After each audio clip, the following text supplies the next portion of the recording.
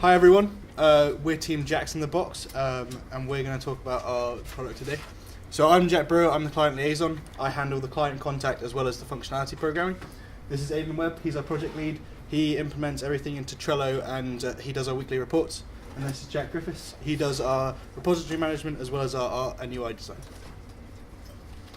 So our client is Caroline Stevenson. She owns and runs Rhythmic Learning. The main objective of this company is to help children learn while using rhythm as a teaching tool. She uses the character of Mrs. Beat to help introduce the idea of using rhythm to learn in sessions at schools and other institutions. She also wants to introduce her intellectual property to more individuals through the medium of a mobile app that replicates her teaching style. One of the first things we did was analyse the social and ethical factors of working with small children while replicating the IP. So we put together a document that considered these elements. The first two documents we did were legal, which helped keep up the standards of us and our client. The first was a non-disclosure agreement, which said what things we are allowed to share and what things we aren't, as well as a memorandum of understanding, which keeps the team's processes up to scratch. We also considered the PEGI rating system for release to Android, so we made sure that the app fell within the boundaries of a 3 to make sure everyone could play it. We also considered the ethical implications of collecting data from under 18-year-olds, as that is a target demographic of our app. We looked into this by using anonymous data collection from Unity Analytics. So our project, we decided that the project would come as a mobile game that replicated her IP in a mobile format. Her actual IP is a wooden block that you hit in time to a metronome that she can tell you how to improve. This will improve your beat comprehension and other things. It should be similar enough that it can be used in parallel with the existing techniques that she already has. And it also may serve as a tool to direct sales towards her existing IP. The main game loop will have the user work their way through a series of levels consisting of 4 beats. The user will have to tap in time to a metronome, and there are a variety of different types: normal beats, rests, and hold beats. They will then get a score on how accurate they were. Our client already had a established art style that went along with her current branding, and she wanted that to be carried over into the app.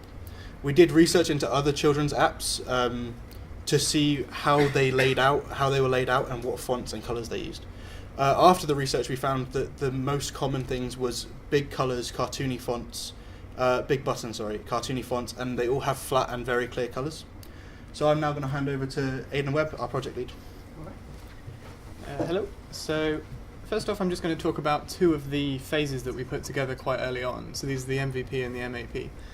So this was kind of to decide what the core elements of the game actually were going to be. So the MVP is the stuff we couldn't really ship the product without. So this was things like implementing a reliable metronome, being able to select the levels, being able to play through predetermined beats, and kind of score generation, stuff like that. And then the minimum awesome product is more of the stretch goals. So this included things like the high scores, the tutorial content, any UI final changes, and also adding those Unity analytics. So these points were developed further into a formal specification, which also included a couple of other phases, just so we could break down our workflow a little more.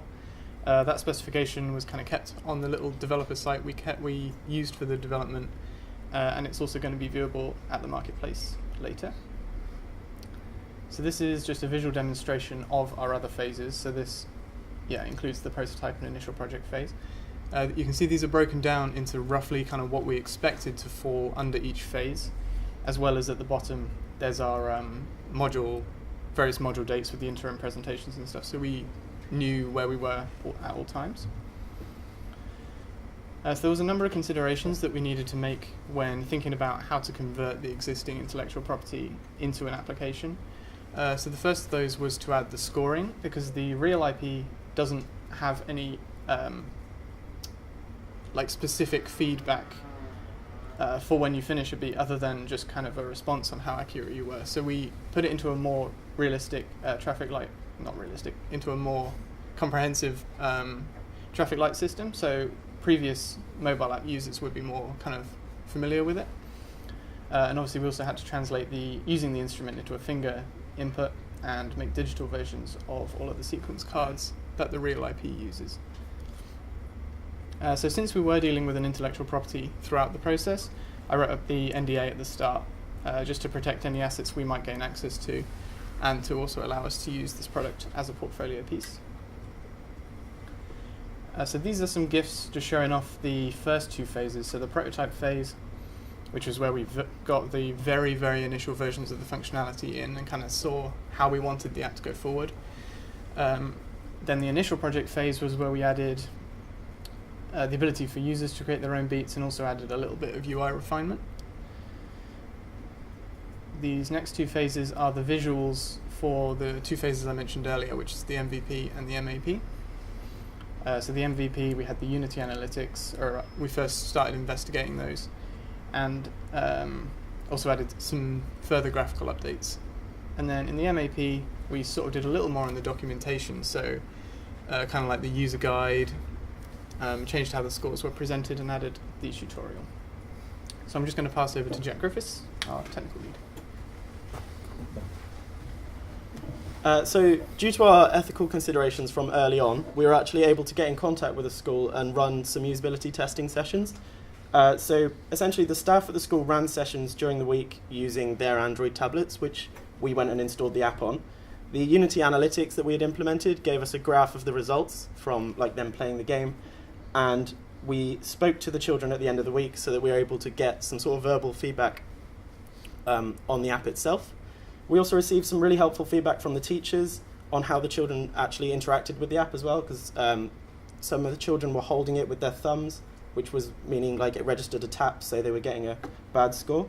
The results of the testing were mutually beneficial to both us and our client. And these are the results. So we had two separate age groups have a go on it. They were asked the same questions based on the art style, the usability and difficulty. All the children agreed that the app was fun and easy to use. The teachers suggested a few things. So the UI pretty much had too many words for like 5-year-olds. So they suggested that we replace it with icons. So like restart would be like a loop with the arrow. We've relayed all of these back to our client and back to the school as well. The Unity analytics gave us these graphs of the results. So it's an increase in average score over the 3 days that we had the trial going. So you can see the green increases. And then the red increases on day 3 because they introduced a new beat. So if we had a day 4, you would see that decrease again as they learnt how to use it. In terms of a release schedule, we've agreed that we're going to complete a few refinement tasks and then release the app on Android along with 1 month of bug support. We've also suggested a few features that could be implemented after development. So that would be level 2, which is where you have double beats. We have some seasonal updates, or we could do some seasonal updates with like Christmas artwork or Halloween or something. And then also to do an iOS release, because like just focusing on Android misses out on like 50% of the market. We've also provided freelancing details if the project is to be taken further after the module. And we would like to invite you to come and have a look at our project at the marketplace, where we're going to have app trials, documentation showcase, and a development showreel. That's everything. Have you got any questions? You talked about future development.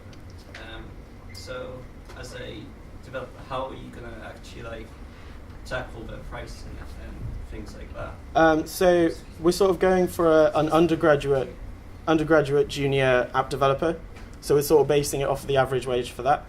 But we've relayed all this information to our clients, so we've agreed to release it, and then if they wish to implement anything further, then they can do. But otherwise, we're sort of releasing it with the fixes that we've agreed. Anything else? No? Cool. Any comments from the client? There's still a lot of negotiation of how to release it. There's lots of ways to do things, and I'm not going to commit to something immediately, but I just have to say these guys have been outstanding, unbelievably good. And especially, I think, if you didn't all do it, the Trello, was it called? Yeah, everyone's done a Trello. Oh, okay. Yeah. I was really impressed with how well it kept people on target, and it could have easily spun well out of control. Yeah, Especially that was his when job. we got into school. getting into school is never an easy thing to manage, and Yeah. you managed that really, really well too. So give them a clap. I think they did.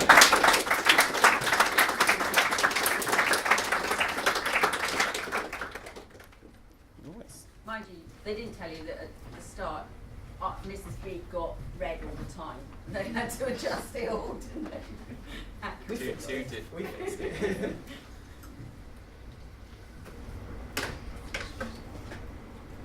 Red Panda ready to roll?